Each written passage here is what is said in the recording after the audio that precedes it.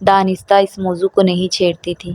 محمل کو اب احساس ہوا تھا کہ تیمور غیر معمولی ذہن اور سمجھدار لڑکا تھا۔ وہ ایک ایک چیز کے بارے میں خبر رکھتا تھا۔ اسے معلوم تھا کہ کب ہمایوں نے اسے طلاق دی، کب جھڑکا، کب اس پہ چلایا، اور دوسری وہ شے جو ان دونوں کے درمیان تھی وہ ظاہر کرتا تھا کہ اسے اس سے نفرت ہے، مگر اس کے باوجود وہ اس کے ہر پل کی خبر رکھتا تھا۔ اگر ڈیڈی نے آپ کی ڈیورس واپس نہ لی تو آپ یہاں سے چلی جائیں گی؟ وہ دونوں تیمور کے کمرے میں بیٹھے تھے جب اس نے بے حد اداسی سے کہا، جانا تو ہے، مگر ابھی تو 2.5 منتھ آپ ادھر ہی ہیں نا؟ آپ کی ڈیورس کی 3 منتھس بعد تک آپ نے یہیں رہنا ہے نا؟ وہ اپنی باتوں سے اسے حیران کر دیتا تھا۔ اس کی عمر اتنی نہیں تھی مگر وہ ہر بات سمجھتا تھا۔ ہاں، ابھی تو 1/2 منتھ ہوا ہے، ابھی تو ٹائم ہے، کیا پتہ ڈیڈی ڈیورس واپس لے لیں۔ اس نے سوچا کہ اسے سمجھائے کہ پہلی طلاق واپس نہیں ہوتی بلکہ اس میں رجوع ہو سکتا ہے، مگر اس کے ننھے دماغ کو خام خواہ کہاں الجھاتی، سو بات بدل دی۔ مجھے اپنی بکس دکھاؤ۔ آپ ٹاپک مت چینج کریں، میں آپ کو ساری بکس دکھا چکا ہوں اور میرا مطلب تھا کہ پیزا دکھاؤ۔ میرا مطلب تھا کہ کاپیز دکھاؤ۔ محمل اس سے پہلے کہ تیمور جواب دیتا اس نے فرشتے کی آواز سنی جو باہر سے پکار رہی تھی۔ اس کی وہیل چیئر دروازے سے ذرا دور تھی تو اس نے تیمور کو اشارہ کیا، بیٹا دروازہ کھولو۔ پلیز نو۔ اس نے برا سا منہ بنایا اور وہیں بیڈ پہ بیٹھا رہا۔ محمل فرشتے کی آواز میں پریشانی تھی۔ تیمور پلیز دروازہ کھولو، خالہ بلا رہی ہے۔ وہ چاہتی تو فرشتے کو آواز دے دیتی مگر ابھی تیمور کو ناراض نہیں کرنا چاہتی تھی۔ شی از ناٹ مائی خالہ۔ وہ منہ ہی منہ میں بداتا اٹھا اور دروازہ آدھا کھول کر سر باہر نکالا، غصے سے بولا، what's wrong with you? Oh sorry Sunny, میں محمل کو ڈھونڈ رہی تھی۔ فرشتے کی خجل سی آواز آئی، she is with me, please don't disturb. اس نے زور سے دروازہ بند کیا، پھر واپس مڑا تو محمل قدرے خفا سے اس کو دیکھ رہی تھی۔ وہ میری بہن ہے، تم اسے مجھ سے بات بھی نہیں کرنے دو گے بیٹا؟ آپ کیوں اس وچ نمبر 2 کو پسند کرتی ہیں؟ میرا تو دل کرتا ہے اسے کہوں اپنے بروم اسٹک اٹھائیں اور یہاں سے چلی جائیں۔ بگڑ کر کہتے ہوئے اس نے پلٹ کر دروازہ کھولا۔ آ جاؤ۔ فرشتے کا چہرہ دکھائی دیا تو محمل نے مسکرا کر کہا۔ وہ حیران سی دروازے میں کھڑی تھی۔ تم اور سنی؟ اوہ گاڈ، یہ سب کیسے ہوا؟ وہ حیرت زدہ بھی تھی اور خوش بھی۔ بس اللہ کا شکر ہے، اس نے مسکراہٹ دبا کر کندھے اچکائے جیسے خود بھی اس خوشگوار واقعے پہ لاجواب ہو گئی ہو۔ آئی ایم سو ہیپی محمل۔ فرد جذبات سے وہ محمل کی آنکھیں ڈبڈبا گئی اور اس سے پہلے کہ محمل جواباً کچھ کہہ پاتی تیمور زور سے بولا، نو یو آر ناٹ، آپ جھوٹ بولتی ہو، مجھے سب پتہ ہے۔ فرشتے کا چہرہ ماند پڑ گیا۔ سنی، میں you can go now, just go away, وہ ایک دم زور سے چلایا۔ فرشتے لب کاٹتی ایک دم پلٹی اور تیزی سے اپنے کمرے کی طرف چلی گئی۔ تیمور بھی غصے میں مٹھیاں بھینچ رہا تھا۔ وہ گئی تو اس نے زور سے دروازہ بند کیا اور قریب رکھا کاغذ پھاڑ ڈالا، پھر اس کے ٹکڑے دروازے میں دے مارے۔ محمل بغور اس کا رویہ دیکھ رہی تھی۔ وہ واپس آ کر بیڈ پر بیٹھا تو اس نے اس کی طرف کاپی اٹھائی، 3 صفحے نکال کر اسے پکڑتی جا رہی تھی اور وہ وحشیانہ انداز میں اسے پھاڑتا جا رہا تھا، یہاں تک کہ وہ تھک گیا اور سر ہاتھوں میں گرا دیا۔ محمل نے اس کی کاپی بند کر کے بیڈ پہ ڈال دی۔ اٹھو، پانی پیو اور مجھے بھی پلاؤ۔ اس کے اندر کا لاوا باہر آ چکا تھا، سو خاموشی سے اٹھا اور باہر چلا گیا۔ چند لمحوں بعد واپس آیا تو اس کے ہاتھ میں پانی سے بھرا شیشے کا گلاس تھا۔ محمل نے گلاس تھاما، پانی بھری گلاس واپس اس کی طرف بڑھایا۔ اس کو بھی دیوار پر مارو اور توڑ دو۔ تیمور لب کاٹتے اسے دیکھتا رہا، گلاس لینے کے لیے ہاتھ نہیں بڑھایا۔ اسے توڑنا چاہتے ہو؟ نو، اب وہ ٹھنڈا پڑ چکا تھا۔ چلو لان میں چلتے ہیں، میں تمہیں ایک سٹوری بھی سناؤں گی۔ اس کی بات پہ وہ مسکرا دیا اور گلاس سے لے کر دروازہ کھولا، پھر ایک طرف ہٹ کر اسے راستہ دیا۔ وہ آسودگی سے مسکراتی وہیل چیئر کے پہیوں کو دونوں ہاتھوں سے گھماتی آگے بڑھنے لگی۔ وہ دونوں لاؤنج میں بیٹھے تھے۔ محمل کے ہاتھوں میں قرآن کے قصوں کی کتاب تھی اور وہ موسیٰ علیہ السلام کا قصہ تیمور کو سنا رہی تھی۔ ان گزرے کچھ دنوں میں اس نے آہستہ آہستہ بہت سے قصے تیمور کو سنا ڈالے تھے۔ وہ چاہتی تھی کہ تیمور میں قرآن کا شوق پیدا ہو جائے۔ پھر موسیٰ علیہ السلام کی ماں کا دل خالی ہو گیا۔ دروازہ کھلنے کی آواز پر وہ لاشعوری طور پر رک گئی۔ جانتی تھی اس وقت کون آیا ہوگا۔ بھاری قدموں کی چھاپ سنائی دی تھی۔ اس نے سر نہیں اٹھایا۔ آگے بتائیں نا ماما۔ تیمور چند لمحوں کے انتظار کے بعد بے چین ہو گیا۔ اسی پل ہمایوں اندر داخل ہوا۔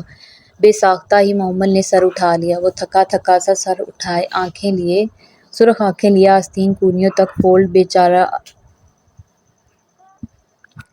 فولڈ چلا آ رہا تھا۔ ان دونوں کو یوں اکٹھا بیٹھا دیکھ کر ایک دم ٹھٹک کر رکا، آنکھوں میں واضح حیرت و الجھن ابھری۔ وہ پچھلے دنوں کافی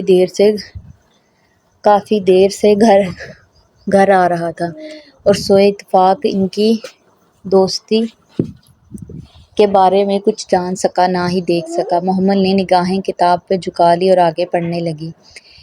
اسی لمحے فون کی گھنٹی بجی۔ تیمور صوفے سے اٹھا اور لپک کر فون ریسیور اٹھایا۔ ہیلو۔ کچھ دیر تک وہ دوسری طرف سنتا رہا، پھر سر ہلایا۔ جی وہ ہیں، ایک منٹ۔ وہ ریسیور ہاتھ میں پکڑے محمل کی طرف گھوما۔ اسی پل ہمایوں کے کمرے کا دروازہ کھلنے کی آواز آئی۔ ماما آپ کا فون ہے۔ کون ہے؟ وہ ذرا حیران ہوئی۔ اس کے لیے بھلا کہاں فون آتے تھے؟ وہ کہہ رہے ہیں ان کا نام آغا فواد ہے۔ تیمور نے ریسیور اس کی طرف بڑھایا۔ تار لمبی تھی، ریسیور اس تک پہنچ ہی گیا۔ آغا فواد، وہ بے یقینی سے بڑبڑائی، پھر ریسیور تھاما۔ کتنی ہی دیر وہ سن سی اسے کان کے ساتھ لگائے بیٹھی رہی۔ ہیلو، اور پھر وہ مشکل لفظ ہونٹوں سے نکل ہی پایا تھا کہ کسی نے سختی سے ریسیور اس کے ہاتھ سے کھینچ لیا اور محمل نے بری طرح چونک کر پیچھے دیکھا۔ میرے گھر میں یہ سب نہیں ہوگا، یہاں سے جا کر جو بھی کرنا ہو کر لینا، ریسیور ہاتھ میں لیے ہوئے دارشتی سے کہتا ہوا محمل کے ساتھ آغا فواد کو بھی سنا چکا تھا۔ وہ ششر سی بیٹھی رہ گئی۔ ہمایوں نے ایک شعلہ بار نگاہ اس پر ڈالی اور ریسیور کھٹکا سے کریڈل پر ڈال دیا، پھر جیسے آیا اسی طرح تیز تیز سیڑھیاں چڑھتا گیا۔ تیمور خاموشی سے مگر باوقار سب دیکھ رہا تھا۔ ہمایوں واپس ہو لیا تو وہ آہستہ سے محمل کی طرف بڑھا۔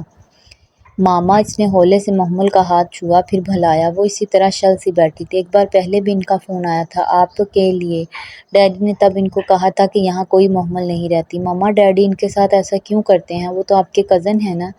وہ ابھی تک سن بیٹھی تھی۔ پہلی بار ہمایوں نے اتنی زہریلی بات کی تھی۔ اتنا سارا زہر اس کے اندر کس نے بھر دیا تھا؟ اچھا چھوڑیں نا، مجھے سٹوری آگے سنائیں۔ وہ اس کے ساتھ صوفے پہ بیٹھ گیا اور اس کا ہاتھ پر ہلا کر اسے متوجہ کیا۔ محمل نے سر جھٹک کر کتاب اٹھا لی۔ وہ لان میں بیٹھی تھی اور تیمور پانی کا پائپ اٹھائے گھاس پہ پانی چھڑکاؤ کر رہا تھا۔ قطرے موتیوں کی طرح سبز گھاس پر گر رہے تھے۔ جب اسے زندگی میں گپ اندھیرا نظر آنے لگا تھا، وہیں پہ فجر کی پہلی کرن چمکی تھی۔ ہمایوں کی بے وفائی کا غم اب اتنا شدید نہیں رہا تھا جتنا اس سے قبل تھا۔ تیمور کی محبت، اور جب اس نے گیٹ پر آہٹ سنی تو گردن موڑ کر دیکھا۔ فرشتے نے باہر سے ہاتھ اندر کر کے گیٹ کا ہک کھولا تھا اور اب وہ دروازہ کھول کے اندر داخل ہوئی تھی۔ اس کے ہاتھ میں ہینڈ بیگ تھا اور وہ اپنے مخصوص سیاہ عبایا اور اسکارف میں ملبوس تھی جس میں اس کا چہرہ دھمک رہا تھا۔ وہ غالباً مسجد سے آ رہی تھی۔ اس وقت وہ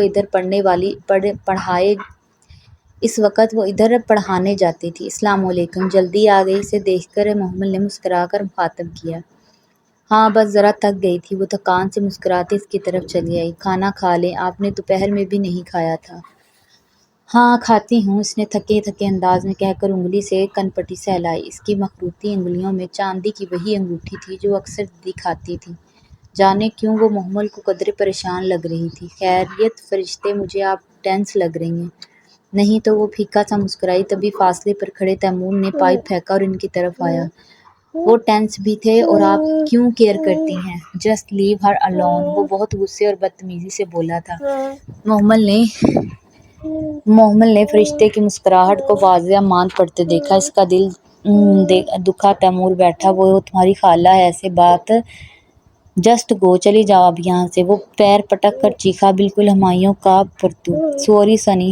وہ شائستگی سے اٹھی، بیگ ہاتھ میں لیا اور تیز تیز قدموں سے لان کی روش پار کر گئی۔ وہ جہاں میری ماما ہو وہاں مت آیا کرو، وہ اس کے پیچھے چلایا تھا۔ محمل نے تعصب سے برآمدے میں دیکھا جہاں فرشتے دروازہ بند کر کے غائب ہو گئی تھی۔